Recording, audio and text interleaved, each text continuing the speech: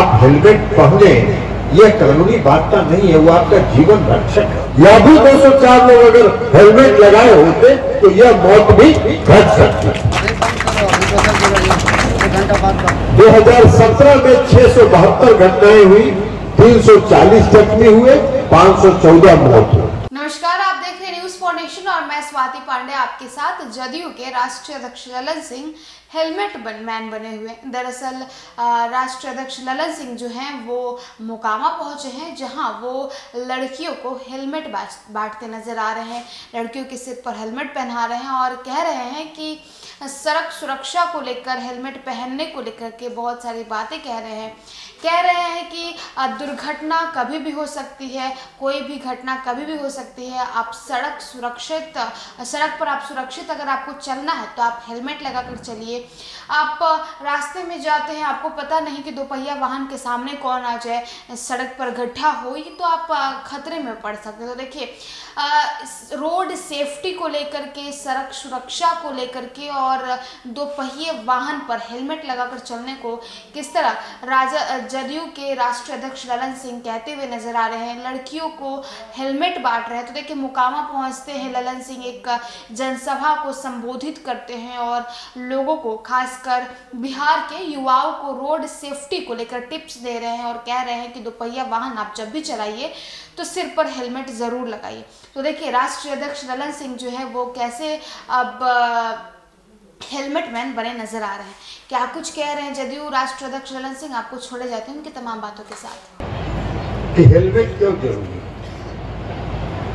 Helmet इसलिए जरूरी है कि सिर्फ कानूनी बाध्यता नहीं है। आप हेलमेट पहने, यह कानूनी बाध्यता नहीं है, वो आपका जीवन रक्षक है। क्योंकि सड़क की जो दुर्घटनाएं होती हैं उसमें सबसे ज्यादा दुर्घटना दोपहिया वाहन का होता है। और दोपहिया वाहन में हेलमेट लगा के चलना सबसे सुरक्षित है। दुर्घटना हो सकती है, कहीं बरसात में पानी रोड पर जमा हो गया, चक्का स्किड कर गया, कहीं कंकड़ पत्थर रोड पर है, उसके कारण चक्का स्किड कर गया, तो दुर्घटना हो सकती है। लेकिन वो दुर्घटना में आपका जीवन जो है वो सुरक्षित रहेगा, आप अगर हेलमेट पहने हुए हैं तो। इसलिए कि हेलमेट अगर पहने रहिएगा तो हेड इंजरी नहीं होगी। और दोपहिया वाहन में या सड़क की दुर्घटना में सबसे ज्यादा जो मृत्यु होता है वो हेड इंजरी के कारण। तो इसलिए ये सिर्फ कानूनी बाध्यता नहीं है, आपका जीवन रक्षक भी है।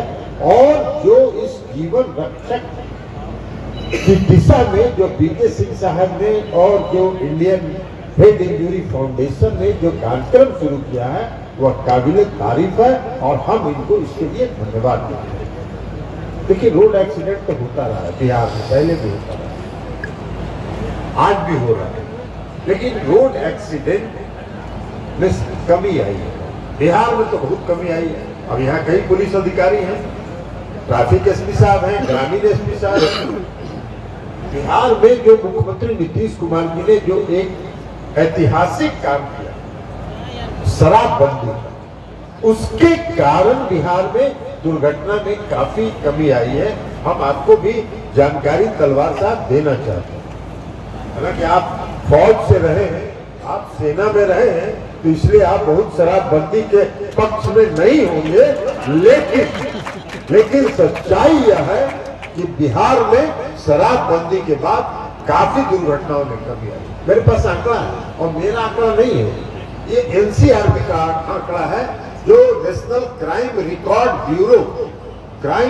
ब्यूरो जो पूरे देश भर का अलग अलग राज्यों का आंकड़ा जो एकत्रित करता है, उसका आंकड़ा है जो हम आपको बता रहे हैं। देखिए, शराबबंदी के पहले 2015 में शराब के नशे में वाहन चलाते हुए 776 दुर्घटनाएं हुई। उसमें 443 लोग जख्मी हुए और 426 मौत।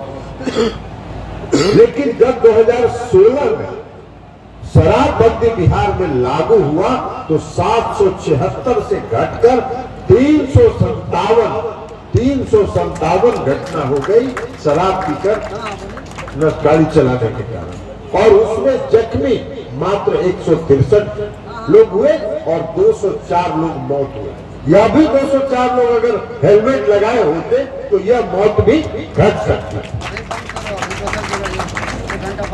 2017 में 672 घटनाएं हुई, 340 जख्मी हुए, 514 मौत हुई। 2018 में मात्र 54 घटनाएं हुई, 47 जख्मी हुए, 30 मौतें हुई, और 2019 में 261 घटना हुई, 253 जख्मी हुए और 92 लोगों की मौत हुई।